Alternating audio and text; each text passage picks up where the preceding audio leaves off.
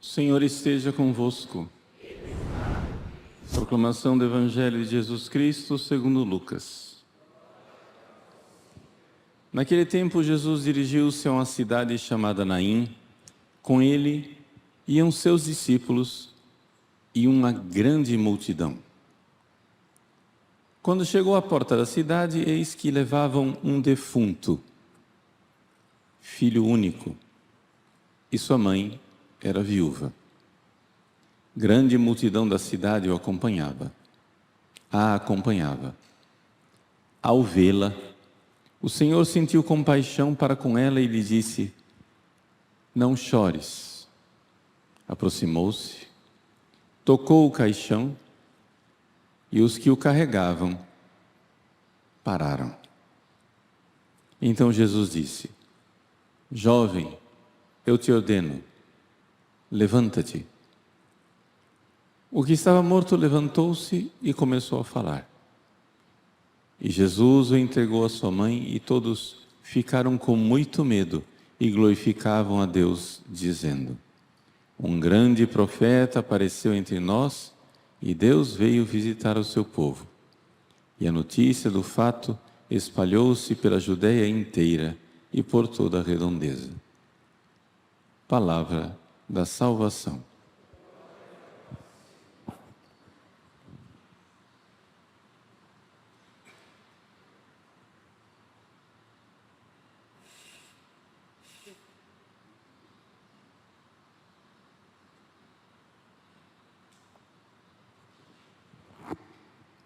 Meus queridos irmãos e irmãs, a cidade de Naim fica perto da mesma cidade onde séculos antes o profeta Eliseu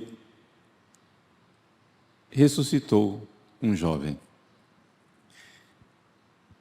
Ali, perto de Naim, ainda hoje se encontra o cemitério para onde levavam esse jovem e quem sabe até seria o mesmo cemitério onde teria sido enterrado séculos antes o jovem ressuscitado por Eliseu, se Eliseu não tivesse feito o milagre. Jesus então faz um milagre que, no imaginário das pessoas, o une aos grandes profetas. Por isso, o final, a conclusão do nosso Evangelho, não é de eles reconhecerem Jesus como verdadeiramente Ele é, ou seja, o Filho de Deus, mas de dizer que um grande profeta apareceu entre nós e Deus veio ao seu povo. E ainda um povo que começa a enxergar quem é Jesus, mas não enxerga plenamente. Quem é então Jesus? No início do Evangelho nós vemos duas procissões. Uma procissão que entra à cidade. Jesus, seus discípulos e uma grande multidão. Interessante notar isso. Jesus, seus discípulos, são aqueles que creem em Jesus. E uma grande multidão. Bom, uma multidão de candidatos à fé, mas não de fiéis, de pessoas que têm fé. Jesus atraía pessoas que não tinham fé, claro, prodígios, milagres, sinais, acontecimentos. Tudo isso fazia as pessoas enxergarem Jesus. E é exatamente nessa primeira fase do ministério de Jesus, a preocupação de Jesus é fazer com que as pessoas comecem a despertar, para que finalmente, quando São Pedro professar a fé e disser quem é Jesus de verdade, ali realmente começa o mais importante. Os sinais, os milagres de Jesus são sinais que apontam para outra coisa. O povo ainda não entendeu. Para o povo, Jesus ainda é um grande profeta. Já é uma boa conclusão, mas é pouco. Para o povo, Jesus é um grande profeta e Deus veio visitar o seu povo. Opa, estão na direção certa. Deus de fato veio visitar o seu povo. Porque Jesus é Deus que visita seu povo. Jesus entra na cidade de Naim com a sua procissão. Poderíamos dizer que é uma procissão de vida, porque Ele é a vida. Ele é o verbo da vida, Ele é a palavra da vida, na qual todos nós recebemos vida verdadeira, vida do céu, vida eterna. Pois bem, a procissão da vida está entrando na cidade. Enquanto isso, uma procissão de morte sai da cidade. São Lucas descreve com a frase bem breve. Quando chegou à porta da cidade, eis que levavam um defunto, filho único, e sua mãe era viúva. Levavam. Não se sabe quem levavam, mas aí o versículo seguinte se esclarece. Grande multidão da cidade a acompanhava. Uma outra multidão. Aqui não levada pelos sinais de Jesus, mas levada pela compaixão pela viúva. Ele era o único filho de uma mãe viúva. Ou seja, uma mulher sem esperança, sem futuro. O futuro que ela tinha, que é o filho, né, que ela deixaria, acabou. Ela não tem marido. Ou seja, para dizer, é a nossa situação humana. Somos nós, se deixados a nós mesmos, se abandonados por Deus, se deixados à nossa miséria, nós somos, sim, filhos órfãos de mãe viúva, mortos, sem futuro. Qual é o futuro da humanidade a não ser o túmulo? E depois dele, o inferno. Esse é o nosso futuro. Esta é a procissão mortífera na qual todos nós estamos. Essa é a procissão terrível da qual todos nós estamos fadados, condenados a participar. Um dia, levarão também o nosso cadáver à sepultura. A pergunta é, enquanto temos vida, enquanto temos possibilidade, nós iremos entrar na outra procissão?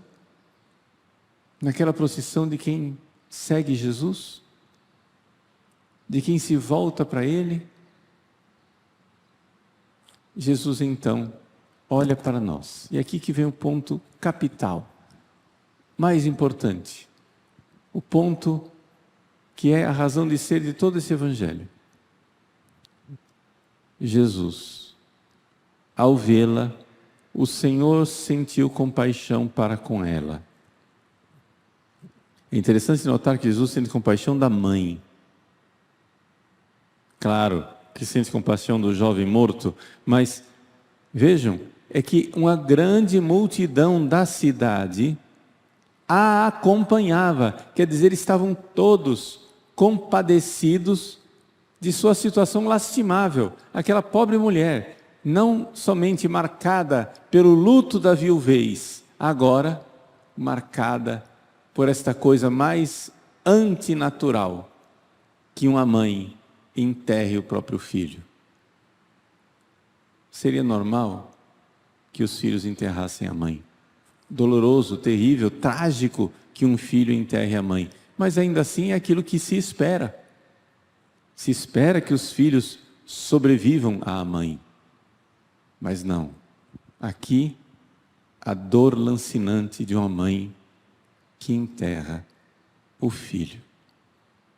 Imaginemos, o Evangelho não nos diz, mas imaginemos que esta mulher já estivesse nos seus dias em que ela não pudesse mais gerar, já tivesse alcançado a menopausa e não tinha mais esperança. A esperança que ela tinha era aquele filho. Jesus olha e se compadece. E a palavra que o evangelista usa para falar dessa compaixão é famosa.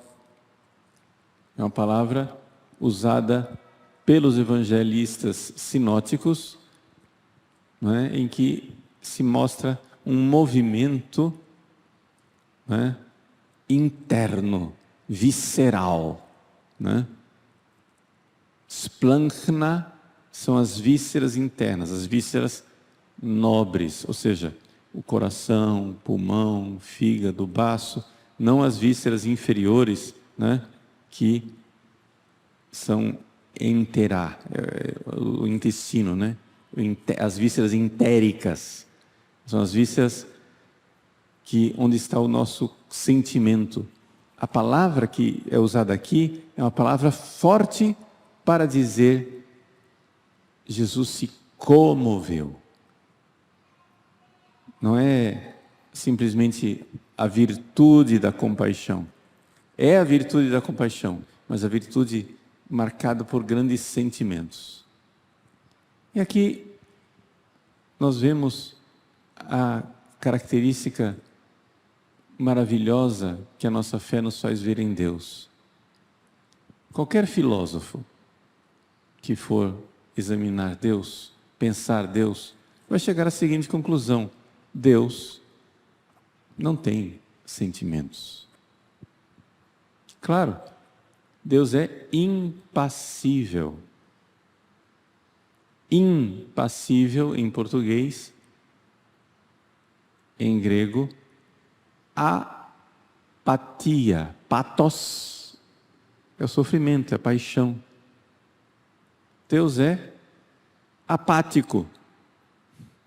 Deus não tem patos, Deus não tem paixão, Deus não sofre, pelo fato de ser Deus. Mas quando nós, seres humanos, nos deparamos com essa característica, com essa realidade de Deus que não sofre, a nossa reação automática é dizer: então Deus não se importa. Não, não é verdade. Deus não sofre porque Deus, por sua natureza, não pode sofrer.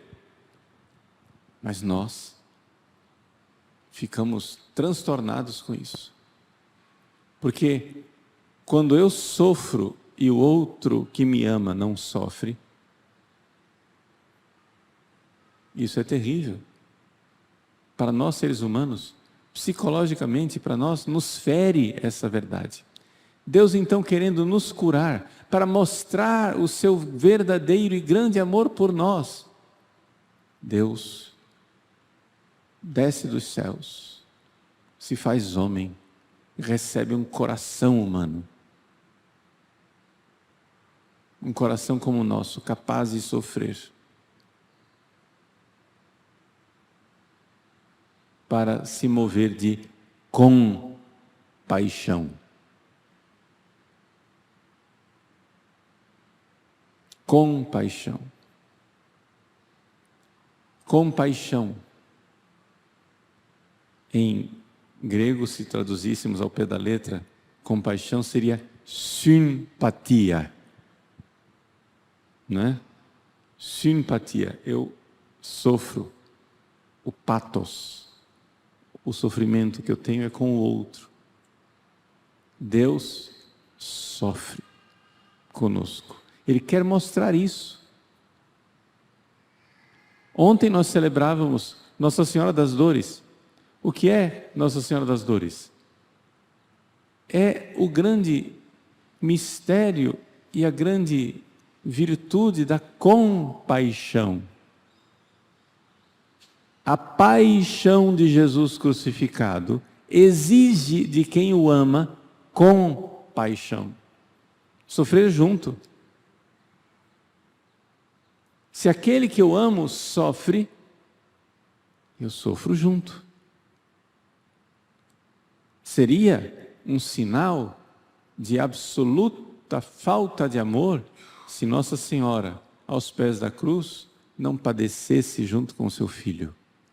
Se alguém padece, quem ama, compadece.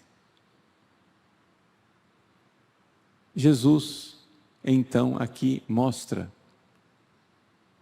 revela os segredos do coração de Deus.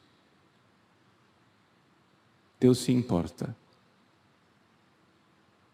Sim, se importa tanto e quer mostrar tanto o seu amor que sai do céu, sai da felicidade perfeita. Claro, Deus não deixa de ser perfeito e feliz na eternidade, mas Ele faz para si uma natureza humana, corpo e alma, para que com esta natureza humana Ele possa sofrer.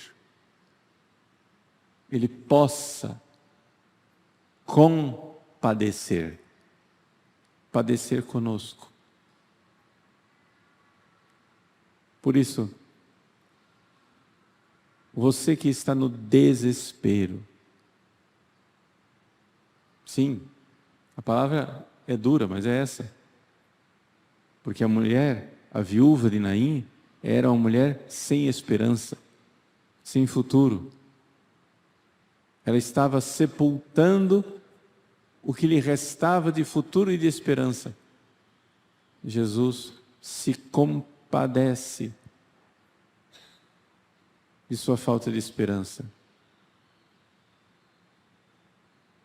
Deus não olha para você indiferente e apático. Jesus, com vísceras de amor, entra no seu sofrimento, entra em sintonia com o seu sofrimento. E então, até mesmo antes de fazer o milagre, Jesus quer tocar a alma daquela mulher e consolá-la e diz: não chores. Todos nós poderíamos dizer, mas como não chore? O filho dela está indo para o túmulo. Como não chores? Jesus, no entanto, antes de fazer o milagre, antes de ressuscitar o morto, quer curar, dar a você esperança. Esperança, a substância das coisas que esperamos é a fé. Tenha fé, creia, no meio do seu sofrimento. Não chore. Ou se chorar, chore, mas não chore de desespero. Não chore sem esperança. Não chore com esta morte da alma que é o desespero. Confie, espere, saiba que Ele ama, Ele é por nós. Se Deus é por nós, quem será contra nós? Nem a morte, nem a dor, nem a espada, nem a fome, nem a nudez, nada é capaz de nos separar do amor de Cristo. Então Jesus compadece. E então, com seu poder, a paixão da mulher, a compaixão de Jesus, agora tem lugar o poder. Jesus com poder, Ele para esse caminho fatal, esse caminho inevitável da morte. Jesus manifesta poder com a mão. O Evangelho nos diz que Jesus, então, tocou o caixão e os que o carregavam pararam. Ou seja, Jesus, com o poder de sua mão, para a procissão.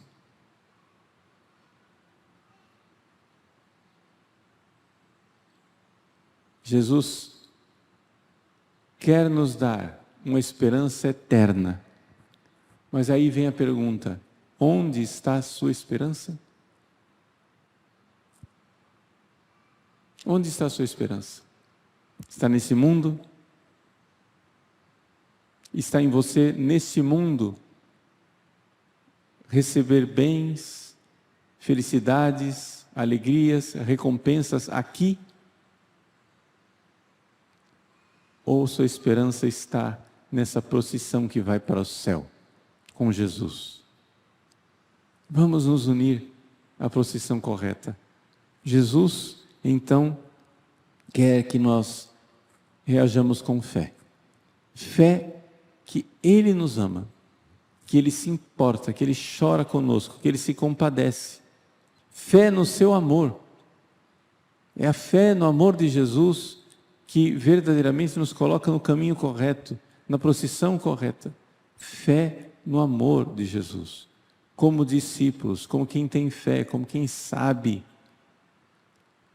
Você pode estar fisicamente, realmente, materialmente, jogando uma pá de cal em cima de sua última esperança humana.